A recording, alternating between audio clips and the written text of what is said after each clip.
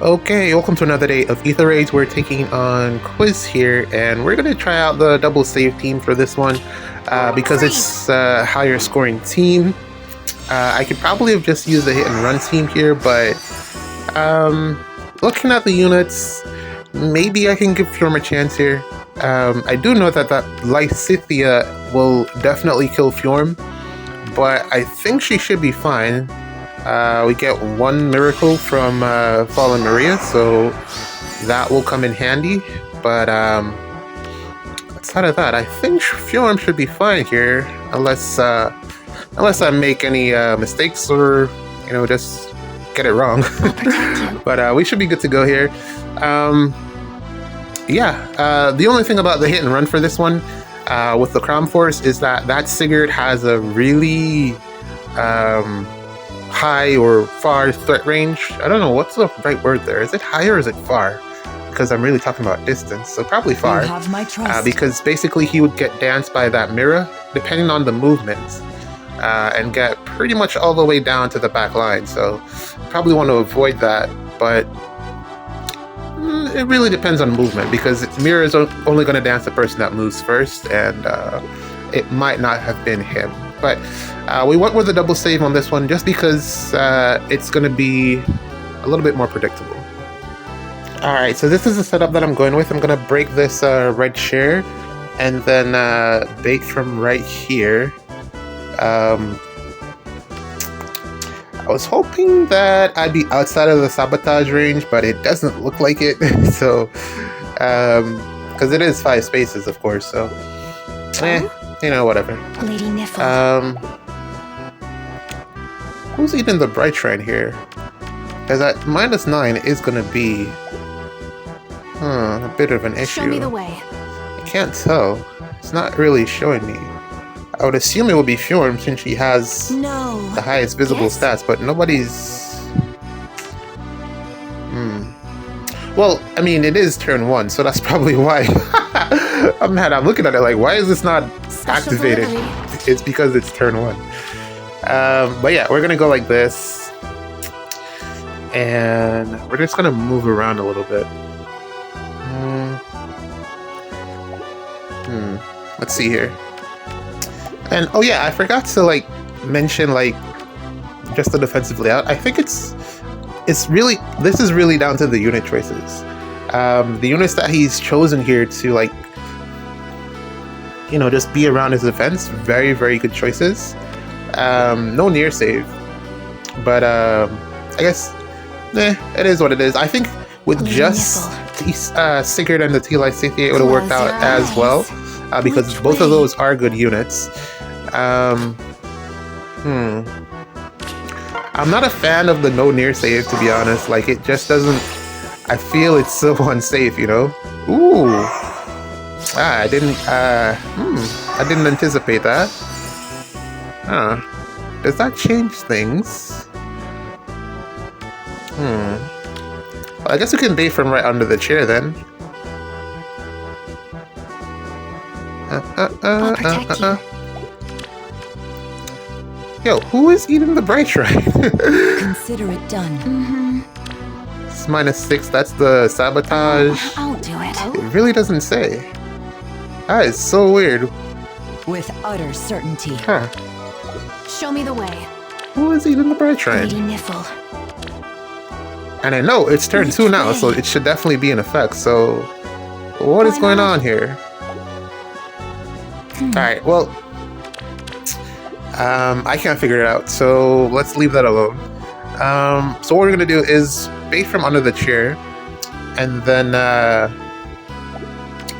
take it on from there. I have no way to player phase this team, because Altina isn't going to be able to get through Freyr, who will be the near save target here.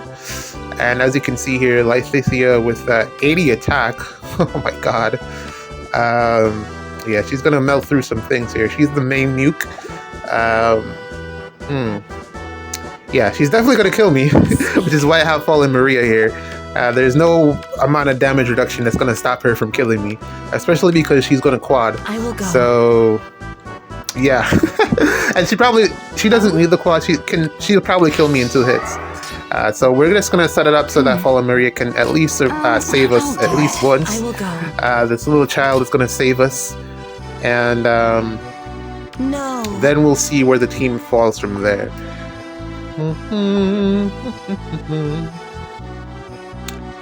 I think we should be good with just the one life, if I'm not mistaken. Good job there making sure that Mira is still covered, even though she Show me the danced. way. It's a big thing that most dancer traps miss. Yes? Now we set it up like this. Consider it done. Fallen Maria should eat the sabotage, and then it won't spread to Fjorm. So that should help us out. Alright, here it comes. Yep, I was right about it. Yep, that's death. Even though I have the Hardy Bearing, which is why I'm able to get this kill right now. But yeah, she did just absolutely destroy me. So from here we should be good, I think. What I would like is be able to take out this the front line here. I'd like to be able to get rid of Soren and Freyr, but I don't have anything that can punch through. Normally I'd have like a range unit on the team, but because Ultina is bonus, no such luck. And I can't play phase Freyr because he's just gonna have too much bulk. And as you can see, Fjorm did eat the -9, but I mean at this point I'd like what it why didn't it happen like last turn? That's so weird. So I'm gonna set this up and we're gonna tank again. Ideally I'd only want to tank Soren here since he's not gonna get Triangle Attack, but he's probably gonna quad Fjorm since he's gonna win the res check, and the Magic Null Fall is gonna hit hard, so Fallen Maria won't be able to offer any support this turn in terms of that miracle, so I can probably put her off to the side. She's already done her job. But ideally, what I would have liked is to be able to take out this Soren here in player phase, but it's just not possible. Not with the unit choices that I have here.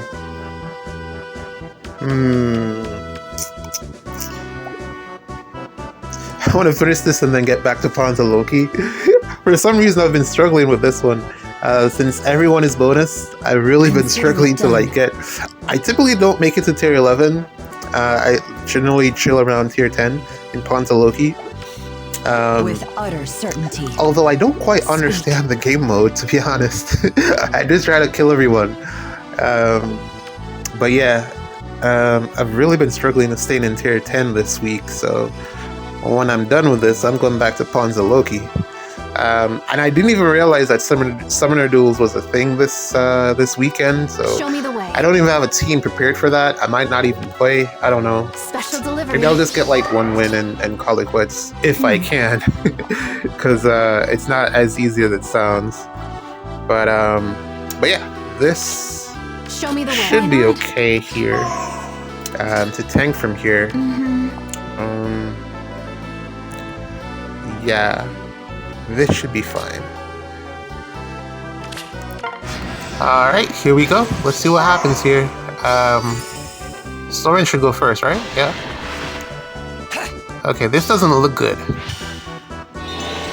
Because he's gonna hit the flare. Yeah. Just give up. Does he have tempo in his weapon? Princess Leyorn. That is a big surprise.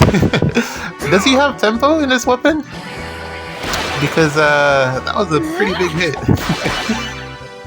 Fjorm has guard, so that is quite surprising. I go to God. Alright, well, there is something new. You find out something every day, right? There is something new. I didn't know he could do that. yeah, so not how I expected that to go. Soren taking out Fjorm. That is impressive. Alright, man, GG's. Okay, welcome to the second match of the day. We're taking on Dylan here, and this time we're going to be a little bit more fortunate here because I got Marita here. This is just a team that I've been testing with Prime and Null Counter Disrupt.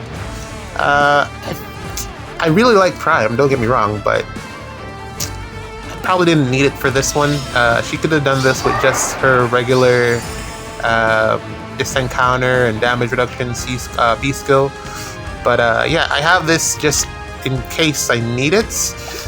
She's not the most resilient because she's only getting... Well, she's not getting as much damage reduction as she could have been. But I figured since I have her at +10, I might as well make the investment here and get like external damage reduction from this peony, and then see how it works. I've been testing it. It's not very good. The build doesn't really work very well. You definitely need the Eliwood here to get the bonus doubler, because without it she takes way too much damage, and ultimately you really need some source of external healing, or not even external healing. You really need healing from the special.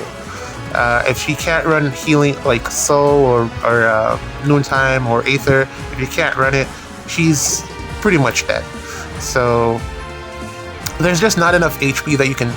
Well, maybe if you had quad mythics and you could get her HP high enough to like 70 something maybe, and then have godlike reflexes, maybe it could work out, but you're still taking a lot of damage either way, and that's hoping that you're able to not get outsped, which is very hard these days.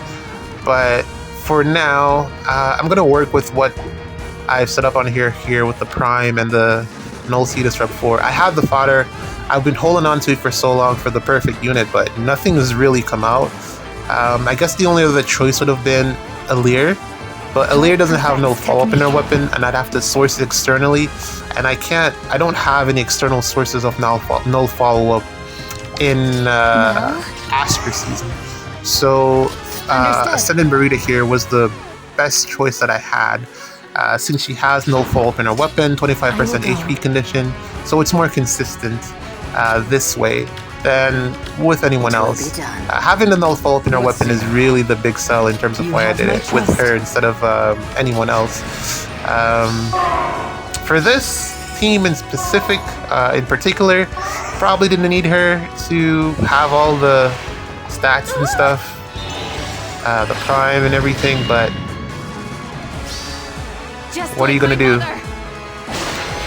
Got the unit at +10, might as well use them, right? There's no point in putting her down at this point in time. Hopefully there'll be a C skill that can, or an X skill that will allow me to run her the way that I want to run her, because it's just not as good as I'd like it to be. That's a big hit, but because we're running Soul, we heal right back. But yeah, anything with like a pre-charge special that pierces damage reduction, she's dead. And she can't take on any, because she doesn't have guard or tempo, so she can't take on any catcher balls with this specific build, because she'll die. It's just going to be too much damage. Again, depending on who the nukes are, but most people are running like quad these days, Wind Tribe quad, so she's not going to be living that. So yeah, we're pretty much done here. We're just going to make our way to the pots and then get out of here. The downside to the Prime is that you have to really set it up.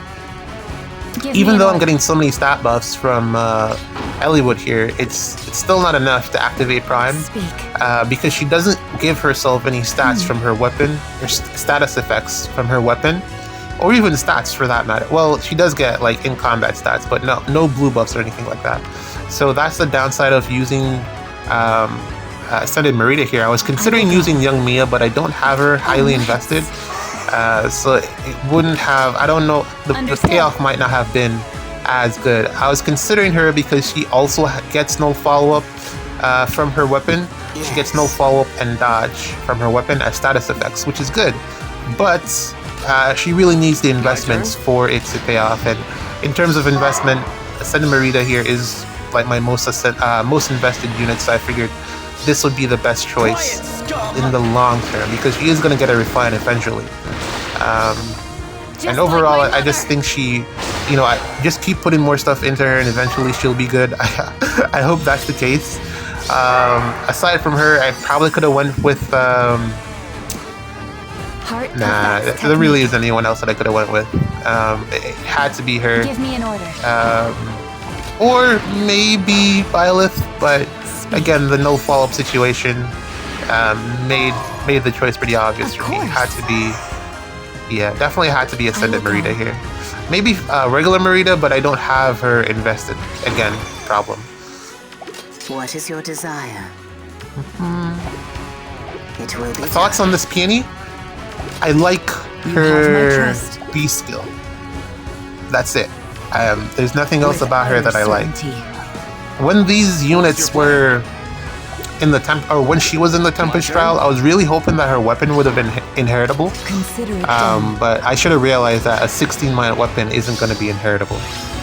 So yeah, I was very disappointed about that. But aside from her B skill, really not much that I like about this peony. I mean, she does give the passive healing, 5 passive healing, but you really need way more than that. I know you can stack it, but yeah, you really need way more than that these days. 5 is just not enough. How do I get this pot over here? Of course. Triandra, I think, is far better in terms of what she offers. I will go. I mean, the warp and everything is good, but pretty much everyone has warp these days. And I already have Plumeria for this season with guidance, so it's really just not necessary for me to have it on anyone else, especially because Plumeria is a dancer and she will get a refine soon. So yeah, this peony here, the whole banner in my opinion is just like aside from Triandra I think is a good unit. Sonya could have been better, in all honesty. Like, I like the chip damage and that's about it. I like how high her res is. Like, she can hit 60 res with no problems, but she could have been better, if you're asking me. Yeah, but that's it. GG's, we're out of here. Yeah, gonna go ahead and play some more Pawns of Loki because I want to stay in tier 10.